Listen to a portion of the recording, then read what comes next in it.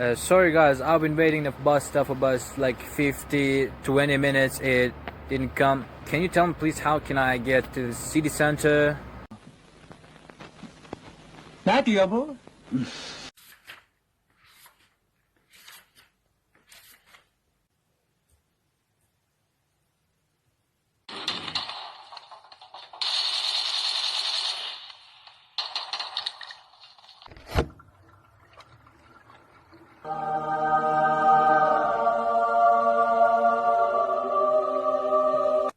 Hey Siri, sevgilim ara.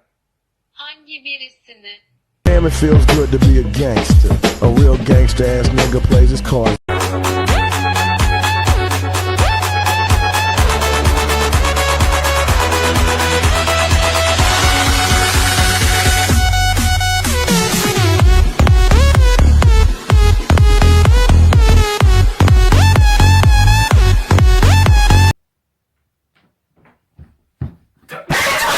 Neden?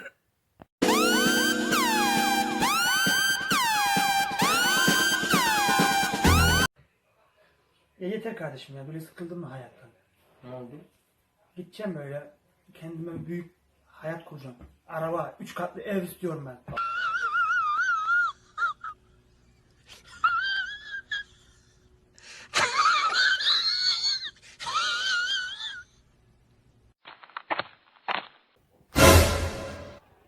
Kanka pardon ya. Hissetmem ki.